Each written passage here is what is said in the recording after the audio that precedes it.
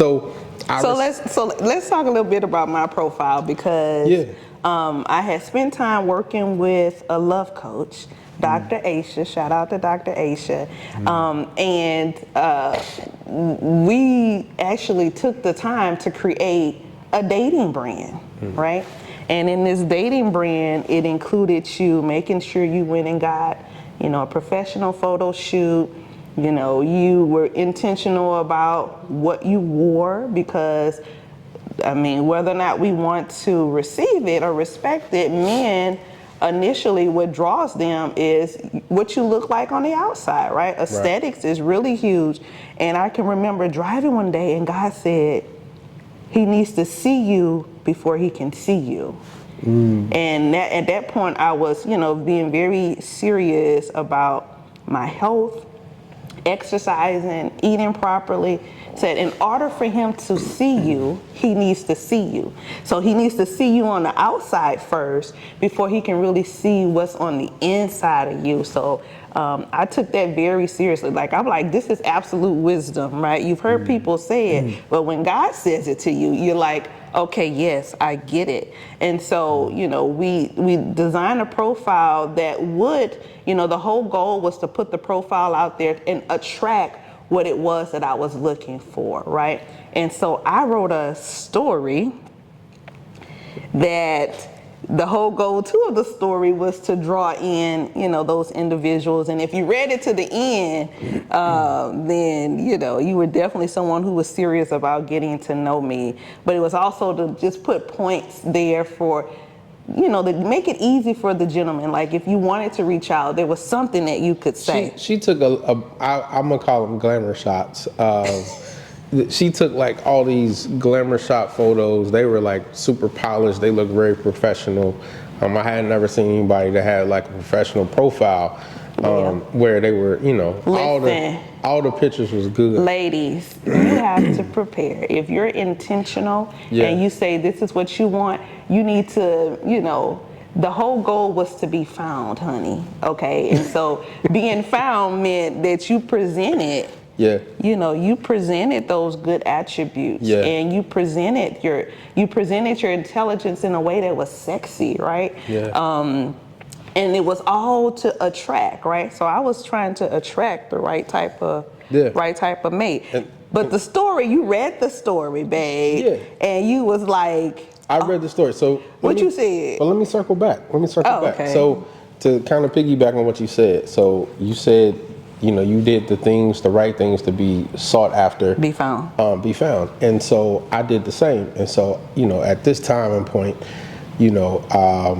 I'm a single dad of 2 children, and I was just like, what's important to me is that I be financially stable, right? So I made sure that my business was on point. And I wanted to prepare myself as a man because I know when you are, being involved with another person, you just want to come off as being put together, right? I have my education. She had a preference, and she was like, hey, I'm looking for a guy with at least a bachelor's degree. I'm like, I got that, right?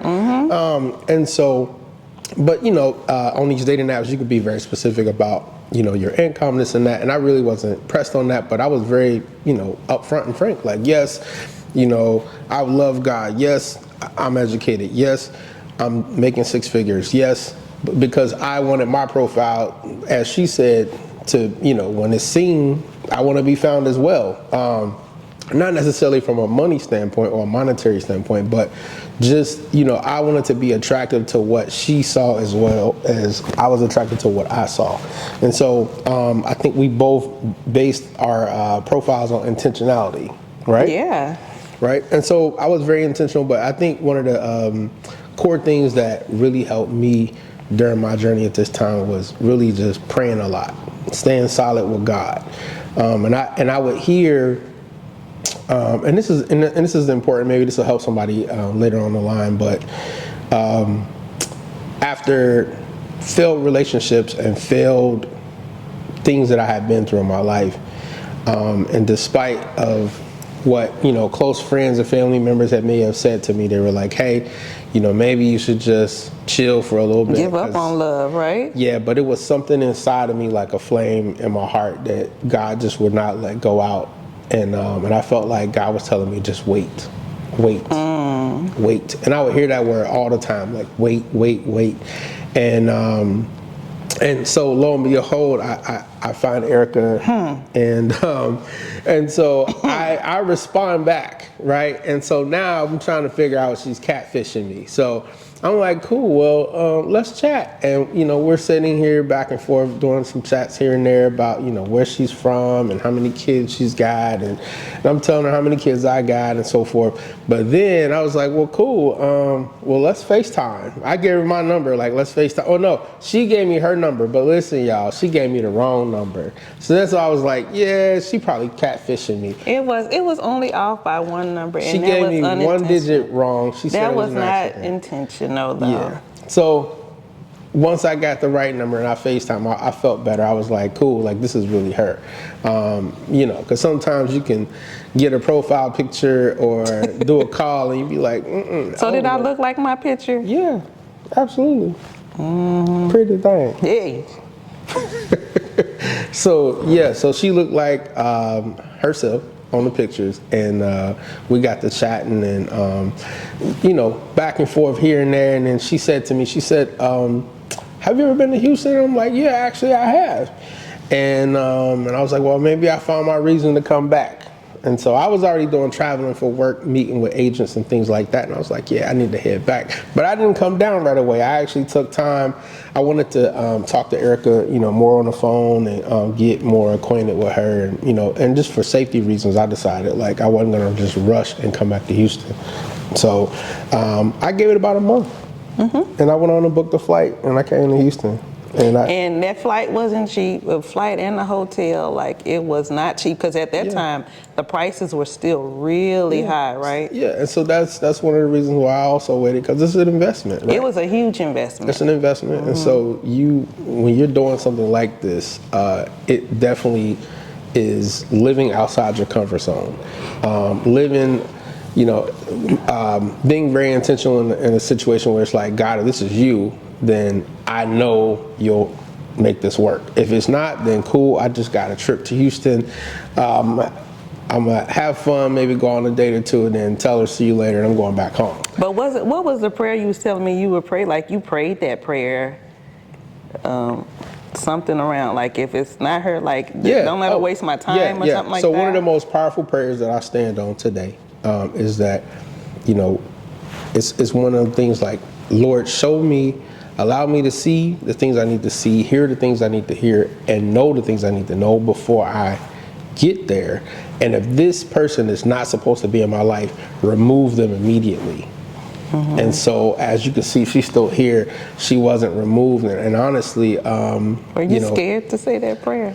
I was very scared. Well, I would say I was scared after the fact I met you. Because So why? Oh, I don't remember. Okay, tell me about that.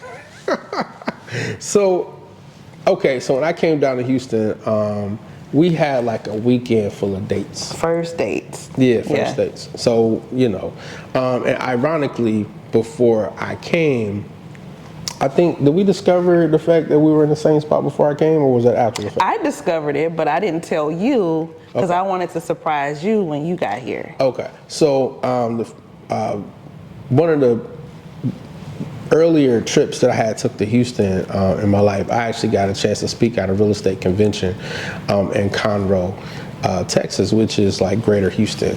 And so me speaking at this conference, I spoke at a conference. The place was called the La Toretta. Today it's called Margaritaville, but back then it was called the La Toretta.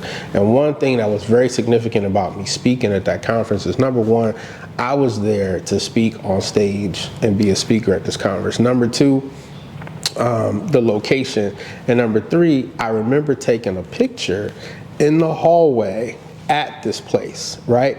And ironically, after, you know, Eryka said she discovered it, but after some conversations and some picture exchanging, she discovered that not only did she speak at a conference at that same location, but she took a picture in the same hallway, practically in the same spot. And so we literally got a picture right now where we put two pictures side by side of her in that hallway and me in that hallway.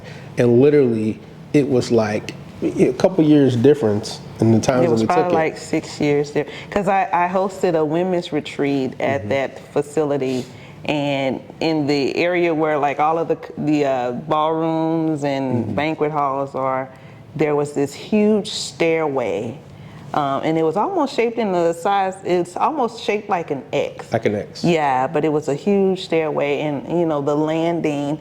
Like me and the ladies took a picture on that landing, and I was scrolling through Otis's Instagram, and I saw that exact same location, and I was like, wait a minute, right? So, And prophetically, now as you tell the story, I feel the unction to say that was X marking the spot. That's where I felt like I was supposed to be. you better come on here. Trying to get emotional here a little bit, but like I felt like when I came to Texas and I spoke, it was something about Texas then. I was going home and I was telling my family like, I'm moving. I'm going to Texas. I don't know when, why, where, but I'm going to Texas. I love Texas. Texas got like just a feeling of home. And I wanted, and I explored it. I started looking at opportunities here. Even way before I met Eryka, I was looking at opportunities for jobs. And, once upon a time I was in law enforcement. I was looking for law enforcement jobs and everything else in Houston. So I was looking for jobs for years prior to even getting to Houston. He didn't even realize he was being prepared for his. That's how God works. His glory. That's how God works.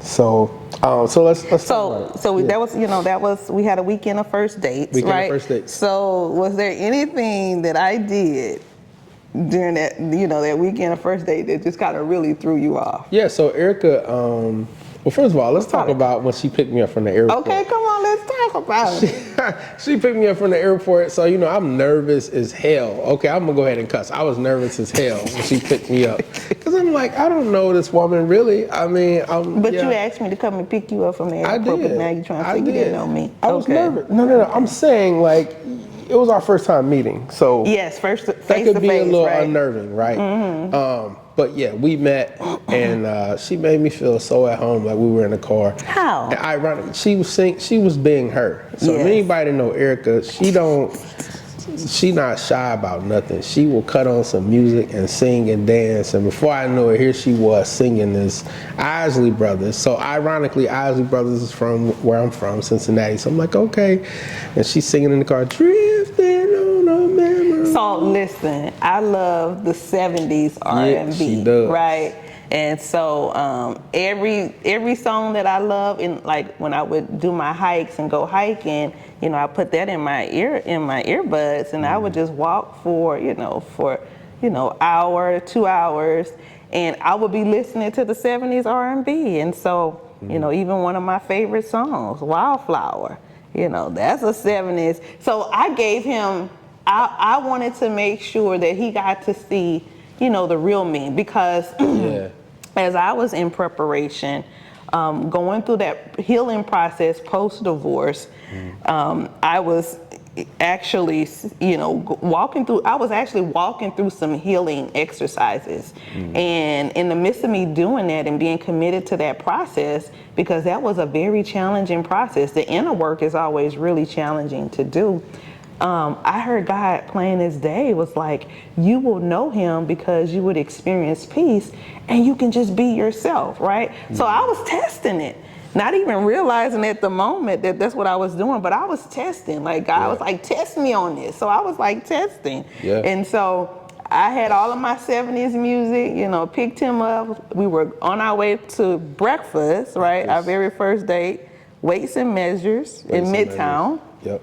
And I was, the entire time I was playing my 70s when we drove there, when we drove back. So I put on a little concert. She did. I sang my heart out. But I just wanted to see, too, like, how he responded to me just being who I was. Like, I love to, like he said, I love to dance. Right. I love to sing, I love to listen to certain kind of music. I just wanted to see, how he responded to that. So speaking of learning who she was and responding to who she was, she broke me in real fast, okay?